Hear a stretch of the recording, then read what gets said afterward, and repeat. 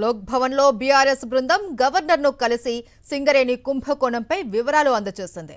CM Revanth Reddy, deputy CM Bhatti Vikramarka, ఇతర మంత్రుల పాత్రపైన ఫిర్యాదు చేసింది. సిట్టింగ్ జడ్జితో విచారణ జరిపించాలి అని బీఆర్ఎస్ నేతలు కోరారు. కాంగ్రెస్ సర్కార్ డైవర్షన్ పాలిటిక్స్ చేస్తుంది అన్నారు కేటీఆర్. రేవంత్ కోల్ మాఫియాకు నాయకుడిలా మారిపోయారు అని, సింగరేణి సంస్థతో ఫుట్బాల్ ఆడుతూ ఉన్నారని చెప్పారు. ఫుట్బాల్ మ్యాచ్ కోసం 10 కోట్ల రూపాయలు దుర్వినియోగం చేశారు అని ఆరోపించారు. ఆధారాలతో కుంభకోణం బయట పెట్టినా ప్రభుత్వం నుంచి ఎలాంటి స్పందన రాలేదు అన్నారు కేటీఆర్. ప్రజల అటెన్షన్ ని దృష్టి మళ్లించడానికి విచారణ పేరిట ఇవాళ ఒకరి తర్వాత ఒకరిని పిలుస్తున్న విషయం కూడా మీకు తెలుసు. ఇవాళ సీఎం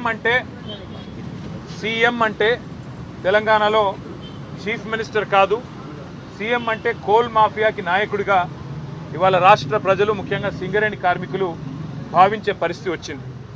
ఇవాళ మీరు అర్థం చేసుకుంటే ఈ కుంభకోణాన్ని రాష్ట్ర ప్రజలు, ముఖ్యంగా సింగరేణి ప్రాంతంలో ఉండే మా కార్మిక సోదరులు కూడా అర్థం చేసుకుంటే చాలా స్పష్టంగా ఆధారాలతో సహా మేము బయటపెట్టిన తర్వాత, ముఖ్యంగా మేము లేవనెత్తిన కొన్ని ప్రశ్నల విషయంలో ఇప్పటి వరకు ప్రభుత్వం నుంచి ఒక్క సమాధానం కూడా రావడం లేదు.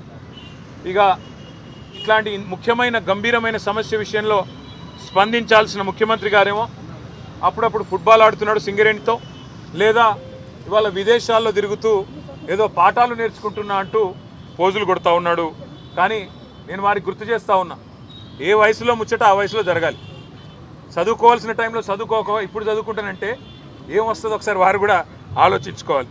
సింగరేణి సంస్థకు సంబంధించిన నిధులు దుర్వినియోగం చేసి మీరు ఫుట్బాల్ ఆటకి, ఈ రాష్ట్ర ప్రజలతో మీరు ఎలాగో ఫుట్బాల్ ఆడుతున్నారు, కానీ సింగరేణి సంస్థతో కూడా ఫుట్బాల్ ఆడుతూ 10 కోట్ల రూపాయలు దుర్వినియోగం చేసి ఈరోజు ఆ సంస్థకి తీరని అన్యాయం చేసింది ఇవాళ రేవంత్ రెడ్డి గారు.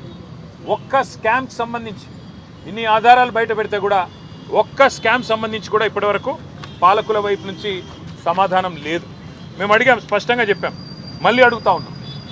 ఓబీ టెండర్ల విషయంలో, ఓవర్ బర్డెన్ టెండర్ల విషయంలో గతంలో ఎన్నడూ లేని సైట్ విజిట్ సర్టిఫికేషన్, అంటే మీరు సైట్ మీదకి రావాలి, అక్కడికి వచ్చినట్టు సర్టిఫికేట్ తీసుకోవాలి అనే నిబంధన పారదర్శకతకు పాతర వేసి ఎందుకు పెట్టినారు? గతంలో ఎన్నడూ లేని విధంగా ఇది ఎందుకు పెట్టారంటే ఇంతవరకు సమాధానం లేదు.